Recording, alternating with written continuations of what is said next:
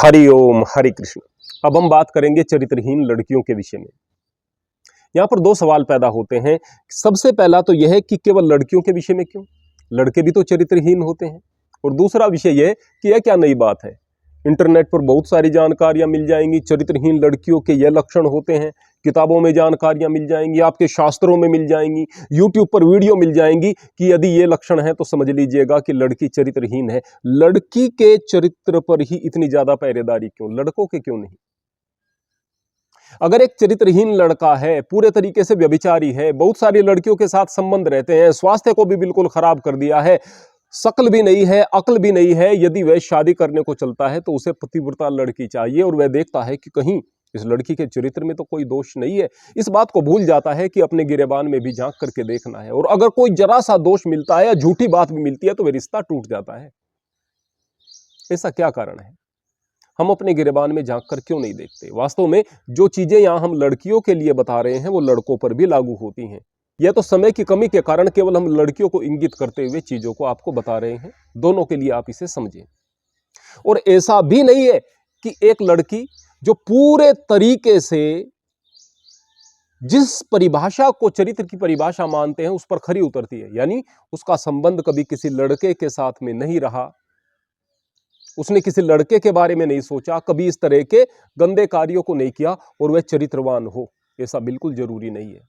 और ऐसा भी बिल्कुल जरूरी नहीं है कि एक लड़की जिससे इस तरह की गलती हो गई है, जाने अनजाने में हो गई है, खराब परिवेश के कारण हो गई है, बुद्धि की कमी के कारण हो गई है, कम उम्र में जानकारी के अभाव के कारण हो गई है और उसमें बाकी के सारे गुण हैं तो वह चरित्रहीन हो गई, ऐसा भी बिल्कुल नहीं है। इस बात में कोई शक नहीं है कि ब्रह्मचर्य चरित्र का प्रमुख हिस्सा है, लेकिन एक हिस्सा है, क्योंकि ब्रह्मचर्य से तेजस्विता आती है।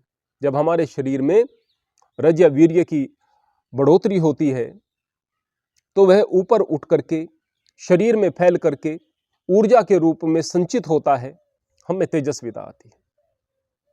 तेजस्विता आती है, बल आता है, बल होगा, तेजस्विता होगी तो फिर बुद्धि आएगी, बल बुद्धि और तेजस्विता के कारण साहस आएगा, दृढ़ता आएगी, क्योंकि आपने अपने मन को वश में कर लिया है। मन वश में करना आसान बात नहीं, इधर उधर दौड़ता है, आपको गड्ढे में डाल देता है। मन इधर उधर के तर्क देता है, आपको गंदी आदतों में डाल देता है, आप अपना भविष्य बर्बाद कर लेते हैं। दृढ़ता आएगी कि जिस काम को हर व्यक्ति नहीं कर पाता मैंने कर लिया है। जब दृढ़ता होगी, साहस होगा, बुद्धि होगी, बल होगा, तेजस्विता होगी तो आत्मविश्वास आएगा। अब इतनी सारी चीजें यदि चरित्र का एक हिस्सा आपको दे रहा है, यानी ब्रह्मचर्य दे रहा है, तो यह महत्वपूर्ण तो है ही। लेकिन ऐसा नहीं है कि इस ब्रह्मचर्य के कारण दूसरे सारे गुण व्यक्ति में आ जाएंगे। मान लिया एक लड़की जो कि आपके जीवन में आती है, उसमें बहुत विनम्रता है, अर्थात पूरे परिवार के लोगों के साथ में शादी के बाद वह लड़की अच्छा व्यवहार करती है, बहुत विनम्रता से बोलती है, सबके दिलों पर राज करती है, उसमें सहनशीलता है, कोई कटु बात यदि उसे कह भी दे तो उसे नजरअंदाज कर देती है, मुस्कुरा करके उसे सहन कर लेती है। शिष्टाचार है, किस तरह से किसके साथ में कितने प्रेम के साथ में कितना झुक करके कितना सही ढंग से बात करनी है, इस तरह के आचरण है। व्यवहार बहुत अच्छा है, यानी लोगों के साथ में लेन देन, अपने परिवार से जुड़े हुए लोगों के साथ में, कुटुंब के लोगों के साथ में लेन देन, व्यवहार, बोलचाल, ये सारी चीजें बहुत बेहतर है। दूरदर्शिता बहुत ज्यादा है, यानी कि मैं जो व्यवहार कर रही हूं इसका कहीं आगे चलकर कोई दुष्प्रभाव मेरे परिवार पर तो नहीं पड़ जाएगा मेरे व्यवहार के कारण, तो दूरदर्शिता है। विवेक है, विवेक किसे कहेंगे? ज्ञान आपको हो सकता है, बुद्धि आपकी तेज हो सकती है, पढ़ लिख कर विद्वान हो सकते हैं, लेकिन सही और गलत की परख यह विवेक करता है। और यदि विवेक भी उस लड़की में है, शिक्षित भी वो है, शिक्षा भी है, मन में दया भी है, बच्चों के प्रति, परिवार के, कुटुंब के बच्चों के प्रति, बूढ़ों के प्रति, सबके प्रति दया भी है, सबसे प्रेम भी करती है, 10वां गुण प्रेम है, प्रेम भी करती है। लेकिन पता चले कि इस लड़की से शादी से पहले कोई गलती हुई थी और उसके कारण आप उस लड़की को छोड़ दें, तो आपने एक हीरे को छोड़ दिया है। वास्तव में हीरा थी वो लड़की। जो 10 गुण होते हैं चरित्र के, उसमें पहले नंबर पर ब्रह्मचर्य, फिर विनम्रता, फिर सहनशीलता, फिर शिष्टाचार, फिर व्यवहारिकता, फिर दूरदर्शिता, फिर विवेक, फिर शिक्षा, फिर दया, फिर प्रेम। इन 10 गुणों में से एक गुण नहीं था, वो ब्रह्मचर्य का पालन शादी से पहले नहीं कर पाई है। क्या वह त्याग देने योग्य हो गई? जबकि शादी के बाद केवल उसका पति ही उसके लिए सब कुछ था, उसके अलावा और कुछ उसके मन में नहीं आ रहा था। क्या वह केवल इसलिए उसको चरित्रहीन कह दिया जाएगा?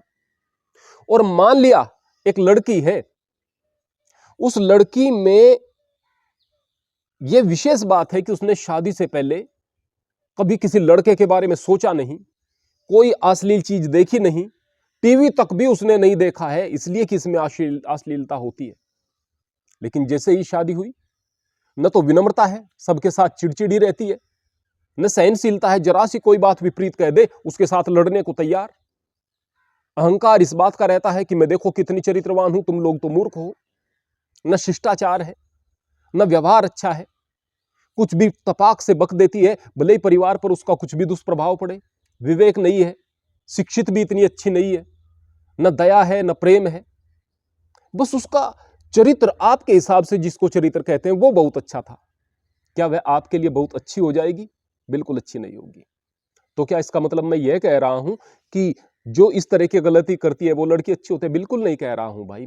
मैं कह रहा हूं कि ब्रह्मचर्य एक हिस्सा है और महत्वपूर्ण है, और यह सोने पर सुहागा है कि यदि कोई लड़की ब्रह्मचारिणी भी है शादी से पहले और उसमें ये दूसरे सारे गुण भी हैं, तो फिर वह तो देवी स्वरूपा है भाई, वंदनीय है, इस बात में कोई शक नहीं। लेकिन मेरा कहने का मतलब यह है कि केवल एक गलती की वजह से अगर दूसरे 9 गुण जो कि चरित्र का आपके हिस्सा हैं वो उस लड़की में है, तो उसको आप चरित्रहीन नहीं कह सकते। चरित्र बहुत विराट है। जब आप कोई चरित्र चित्रण करते थे किसी कवि का, किसी महापुरुष का, जब आप बच्चे थे, आपकी परीक्षा आती थी, चरित्र चित्रण करते थे, तो क्या चरित्र में केवल यही बात लिखते थे कि उसके संबंध किन औरतों के साथ थे, किन के नहीं?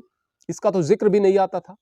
चरित्र चित्रण में आता था कि किस तरह की बोलचाल थी, किस तरह की पसंद थी, किस तरह के कार्य थे, इत्यादि इत्यादि। तो फिर यहां पर चरित्र से केवल एक चीज को जोड़कर व्यक्ति को, लड़की को या लड़के को चरित्रहीन साबित क्यों कर दिया जाता है? यह है मस्तिष्क की संकीर्णता। हमने अपने इतिहास में डाकू से ऋषि बनते हुए लोगों को भी देखा है, और बहुत बड़े ऋषि बनते हुए। राक्षस था लेकिन बौद्ध भिक्षु बन गया, यह भी देखा है, सन्यासी बन गया, दया का और प्रेम का संदेश देना शुरू कर दिया, इस बात को भी देखा है। वाल्मीकि जैसे उदाहरण भी हैं, अंगुलीमाल जैसे उदाहरण भी हैं, और भी उदाहरण हैं। आदमी जब बदलने पर आता है पूरे तरीके से अपने आप को बदल कर रख देता है, और जो वो बदलाव अच्छे के लिए होता है उस बदलाव का सम्मान करना समाज का भी कर्तव्य है, व्यक्ति का भी कर्तव्य है। जो व्यक्ति गुणों को पसंद नहीं करता उसको गुणी व्यक्ति नहीं मिलता।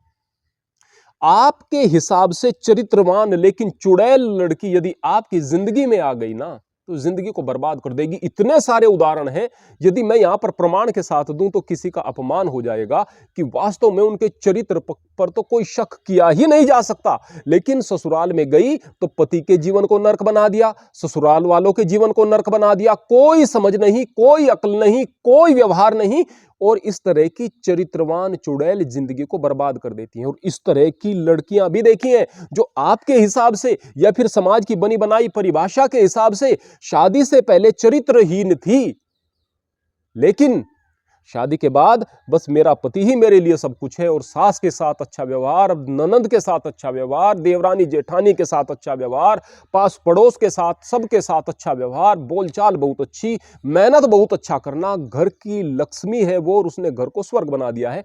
ऐसे भी उदाहरण हमने देखे हैं और हमारे आसपास है। दे सकता हूं उदाहरण, लेकिन दूसरे व्यक्ति की स्मिता का प्रश्न है, इसलिए उन उदाहरणों को किसी के सामने चाहकर भी नहीं दिया जा सकता है।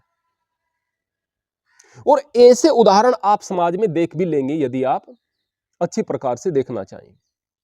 तो मेरा कहने का मतलब यह है कि वह लड़की जो कि विवाह के बाद केवल अपने पति का ख्याल रखती है, घर का ख्याल रखती है, पूरे तरीके से वफा करती है, पूरे तरीके से पतिव्रता बनकर के रहती है, जब से वो पति उसके जीवन में आया तब से और कोई नहीं आ रहा है, उससे पहले वो चाहे जो भी थी वो निश्चित रूप से आपके लिए बेहतर है। और अगर उस चरित्र के चक्कर में, जिसको आप चरित्र कह रहे हैं, एक बेवकूफ लड़की को, एक दुष्ट लड़की को, एक बुद्धिहीन लड़की को, एक विवेकहीन लड़की को आप अपने जीवन में ले आए और आप समझदार हैं, तो निश्चित रूप से आपका जीवन बर्बाद हो जाएगा। इसलिए हमें संकीर्ण मानसिकता से बाहर निकलना है। अगर कोई लड़की शादी से पहले जिस तरह की भी जिंदगी जी रही थी, लेकिन शादी के बाद आपसे मिलने के बाद आपके विचारों को समझते हुए, आपकी भावनाओं का सम्मान करते हुए, आपसे जुड़कर केवल आपके बारे में सोचती है, उसके अलावा कोई दूसरा विचार मन में नहीं आता, आपके घर वालों का ख्याल रखती है, तो निश्चित रूप से उसकी भावनाओं का सम्मान करो और उसकी उस गलती को, जो कि आपके सामने आ भी सकती है, आ भी गई हो, उसको आप भूल जाओ। निश्चित रूप से यह एक बेहतर सोच का परिचायक है और इससे एक बेहतर समाज का निर्माण होगा। मैं सदैव कहता हूं, ब्रह्मचर्य महत्वपूर्ण है। ब्रह्मचर्य का कोई जवाब नहीं है, लेकिन केवल ब्रह्मचर्य आपको सारे के सारे गुण नहीं दे सकता। ब्रह्मचर्य उन गुणों के लिए आधार प्रदान करता है, शरीर को अंदर से बेहतर बनाता है। फिर आप ब्रह्मचारी होकर के अपने अंदर विनम्रता को लेकर आने की कोशिश करें, सहनशीलता को लेकर आने की कोशिश करें, शिष्टाचार को लेकर आने की कोशिश करें, व्यवहारिक पक्ष को बेहतर बना दें, दूरदर्शी हो जाएं, विवेकशील हो जाएं, शिक्षित हो जाएं, दया को धारण करें, प्रेम को धारण करें, अपने अंदर रचनात्मकता लेकर के आए, नया नया कुछ करने की कोशिश करें, आलस्य को छोड़ दें, मेहनती आप बन जाएं।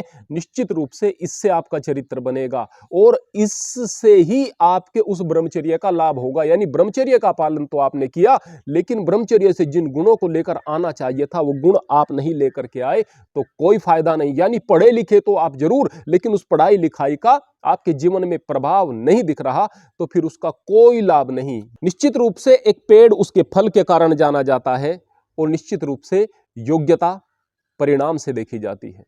आपके परिणाम क्या हैं, उस बात से ही पता चलेगा कि आपने उस कार्य को सही तरीके से किया है या नहीं किया है। आपने अपने चरित्र का निर्माण किया तो आप सच्चे ब्रह्मचारी हो, और अगर चरित्र का निर्माण नहीं कर पाए तो ब्रह्मचर्य का कोई लाभ आपने नहीं उठाया। ब्रह्मचर्य के बाद भी आप राक्षसी रहे, लड़की रहे, तो आप चुड़ैल बन करके रहे।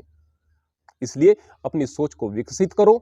जीवन में जो जिससे गलतियां हो गई हैं, उन गलतियों को छोड़कर, उन गलतियों को माफ करके, उनको नजरअंदाज करके, आने वाले गुणों का सम्मान करते हुए हम आगे बढ़ें और एक बेहतर समाज का निर्माण करें। हरि ओम, हरे कृष्ण।